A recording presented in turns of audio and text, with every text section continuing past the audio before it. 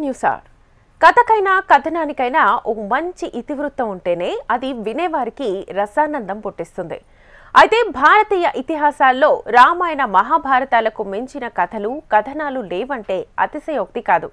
భాగవతంలో మహావిష్ణు అవతారాలు ఉన్న కారణంగా వాటిని పురాణ గాథలుగా పేర్కొంటారు.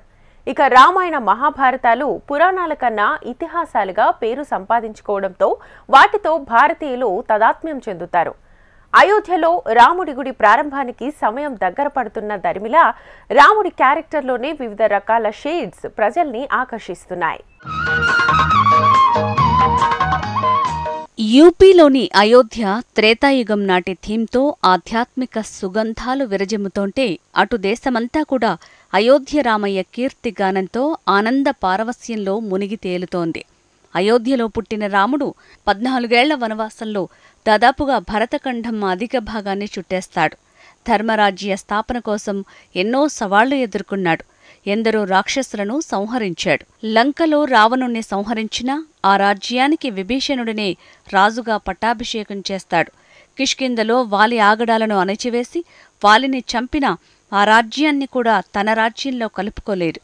సుగ్రీవుడికే రాజ్య బాధ్యతలు అప్పగించి అసలైన రాజధర్మానికి ప్రతీకగా నిలుస్తాడు. రాముడు వనవాసం ముగించుకుని అయోధ్యకు వచ్చాక అక్కడి జనమంతా ఎంతో పండుగ వాతావరణంలో మురిసిపోతారు.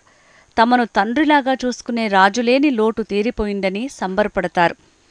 ఊరంతా ఆనంద తోరణాలు కట్టుకుని రాముడికి ఎదురేగి స్వాగతం పలుకుతారు.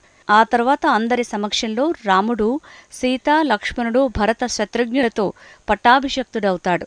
అరమరికలు లేకుండా, ఆశ్రిత పక్షపాతం లేకుండా రాజ్యపాలనం చేస్తానని ప్రమాణం చేస్తాడు. రాజులు రాజ్యానికి బద్ధులు. వారు ఎన్నో బాధ్యతలు భుజాన వేసుకుని వ్యవహరించాల్సి ఉంటుంది. వారి నడవడే ధర్మంగా నిలిచిపోతుంది. అందుకే ఎక్కడా అధర్మానికి తావు లేకుండా రాజులు ప్రవర్తించాలనే ధర్మశాస్త్రాలు ఘోషిస్తున్నాయి. కాని సామాన్య జనానికి రాజైనా ఒంటైనా ఒకటే. వారు ఎవర్నీ పెద్దగా లెక్క చెయ్యరు. స్వేచ్ఛగా మాట్లాడతారు, స్వేచ్ఛగా ప్రవర్తిస్తారు. అలాంటివారు ఏ యుగంలోనైనా కొందరుంటారు. తాను రాముడిలాంటి అమాయకుణ్ణి కాదని, లంకలో ఏడాది ఉన్న సీతను తెచ్చుకుని ఏలుతున్నట్టుగా తాను అలా దిగజారిపోయేవాణ్ణి కానని విచక్షణ లేకుండా తన అజ్ఞానాన్ని ప్రదర్శిస్తాడు. ఆ దృశ్యం ఒకసారి చూడండి. మరోవైపు రాజు ఎంతటివాడైనా తనకు ఓ కుటుంబం అంటూ ఉంటుంది. వ్యక్తిగత జీవితం ఉంటుంది. ఇష్టాయిష్టాలు ఉంటాయి. కాని ఆనాటి రాజులకు లేనిదల్లా సామాన్యుడికి ఉండే స్వేచ్ఛనే. సామాన్యుడు ఎంత స్వేచ్ఛగానైనా ప్రవర్తించొచ్చు. కాని రాజు అంత స్వేచ్ఛగా ఉండటానికి వీల్లేదు. అందుకే ఆ కాలంలో ధర్మం 4 కాళ్ల మీద నడిచిందంటారు.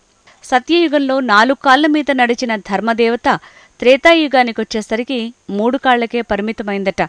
అంటే సత్యాన్ని అవలంబించేవారు క్రమంగా తగ్గిపోతారని పురాణవేత్తలు చెప్పారు. అలా కలియుగానికొచ్చే నాటికి అసత్యం ఒంటికాలి మీద కొంటుతూ గెంటుతూ నడుస్తోందని చెప్తారు. ఈ క్రమంలో తనకు ఎంతో ప్రీతిపాత్రమైన సీతమ్మను విడిచిపెట్టాల్సి వస్తున్నందుకు విపరీతంగా విలపించిపోతాడు రాముడు. వనవాసంలో ఉన్నప్పుడు ఎందరో కష్టాలు తీర్చిన రాముడు తన కష్టం తీర్చేవారు ఎవరంటూ బావురుమంటాడు. తన అన్నదమ్ములతో చిన్న పిల్లాడిలా తల్లడిల్లిపోతాడు. రాజ్యాన్ని వదులుకుంటానని, సీతను మాత్రం వదులుకునే ప్రసక్తే లేదని చెప్తాడు. ఆ సన్నివేశాన్ని శ్రీరామరాజ్యంలో చూడొచ్చు.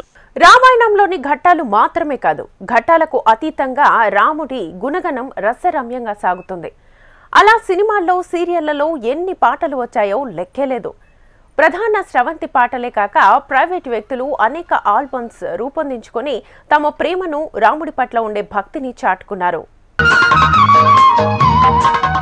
త్రేతాయుగంలో రామాయణాన్ని వాల్మీకి మహర్షి రాశాడట. రాముడి కాలంలోనే ఉన్న వాల్మీకి రాముడి పిల్లలైన లవకుశులకు శిక్షణనిచ్చి బుద్ధిమంతులుగా, పరాక్రమవంతులుగా తీర్చిదిద్దాడు. అంతకుమించి రామాయణ కావ్యాన్ని అద్భుతంగా గానం చేసి శిక్షణనిచ్చాడు. ఇక రామాయణాన్ని ఆనాడు వాల్మీకి రాసినా ఆ తర్వాతి కాలంలో ఎంతమంది రాశారో లెక్కేలేదు. దేశంలో వందలాది రామాయణాలు ఉన్నాయంటే అతిశయోక్తి కాదు. ఒక్కొక్కరు ఒక్కో రకంగా తమ భక్తి భావాన్ని చాటుకున్నారు. సాహిత్య క్షేత్రంలో రామాయణానికి ఉన్న ప్రాముఖ్యత మరో కావ్యానికి లేదంటే అతిశయోక్తి కాదేమో.